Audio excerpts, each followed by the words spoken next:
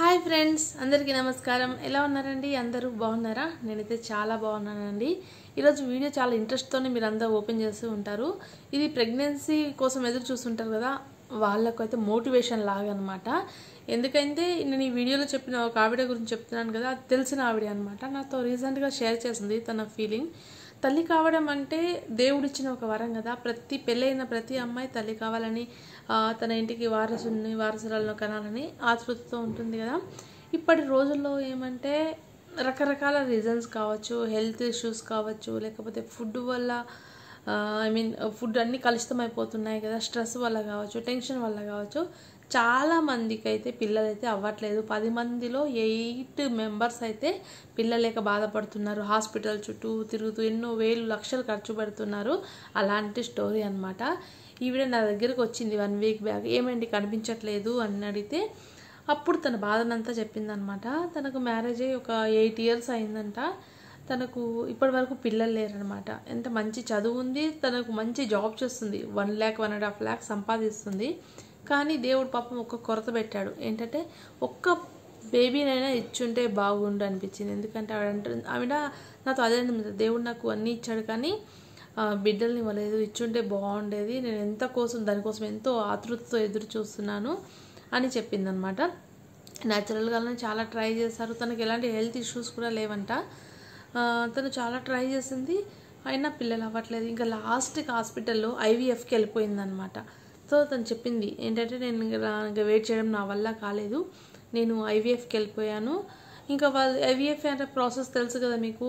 అంటే ఆ లేడీస్ నుంచి ఎగ్స్ కలెక్ట్ చేస్తారు, ప్రిజర్వ్ చేసి ఉంచుతారు. ఎవ్రీ మంత్ ఏంటంటే ప్రెగ్నెన్సీ వచ్చేంత వరకు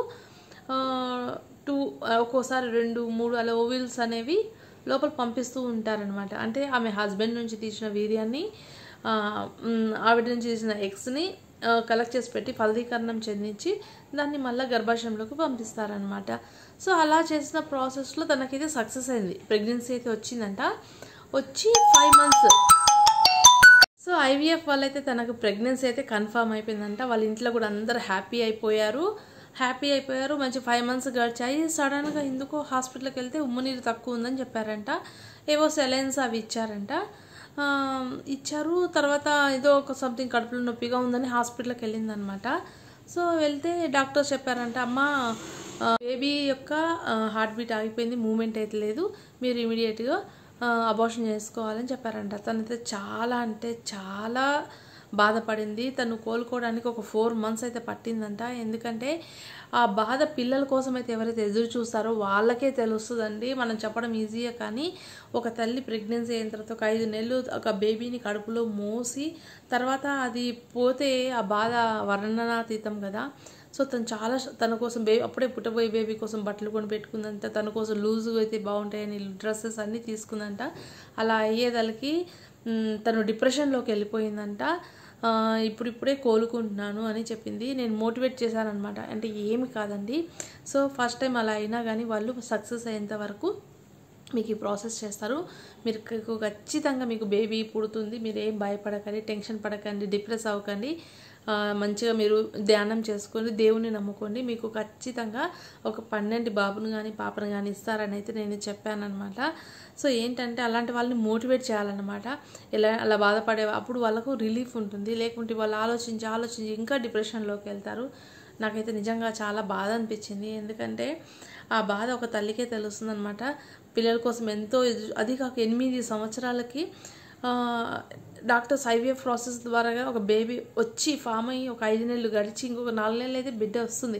అలాంటి టైంలో ఆ బేబీ యొక్క హార్ట్ బీట్ ఆగిపోతే, ఆ బేబీ కడుపుల నుంచి వెళ్ళిపోతే ఎంత బాధ ఉంటుంది కదా. సో నేను చెప్పాను అన్నమాట, ధైర్యం చెప్పాను, ఏం బాధపడకండి, మీకు ఖచ్చితంగా దేవుడు మీకు మంచి చేస్తాడు, మంచి బేబీని ఇస్తాడు అనేసి చెప్పానమాట. సో తను కొంచెం మీ మాట వల్ల అయినా సరే నాకు పుట్టాలని చెప్పింది.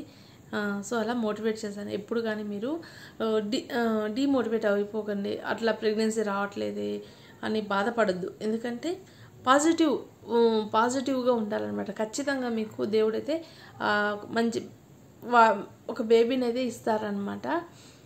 సో ప్రెగ్నెన్సీ కోసం ఎదురు చూసే వాళ్ళు టెన్షన్స్ అవన్నీ వదిలిపెట్టి మంచి హెల్దీ లైఫ్ స్టైల్, అంటే మంచి ఆహారం తీసుకోవడం, టయానికి నిద్రపోవడము, మంచిగా కాసేపు ధ్యానం చేసుకోవడము, ఇలా మంచిగా ఉంటే దేవుడు మీకు ఖచ్చితంగా ఇస్తాడు. మీరేం టెన్షన్ పడాల్సిన అవసరం లేదు. మీకు ఒక 2 years గడిచిపోయింది పెళ్ళయి, మీరు ప్రెగ్నెన్సీ కోసం చూస్తున్నారు, రావట్లేదు అన్నప్పుడు ఒకసారి డాక్టర్ని కూడా సంప్రదించి సలహాలు తీసుకొని మంచి మీరు హెల్దీ లైఫ్ స్టైల్ అయితే ఫాలో అవ్వండి. మీకు ఖచ్చితంగా బేబీ అయితే పుడతారనమాట. ఇదండి వీడియో నచ్చితే లైక్ చేయండి. Thank you for watching.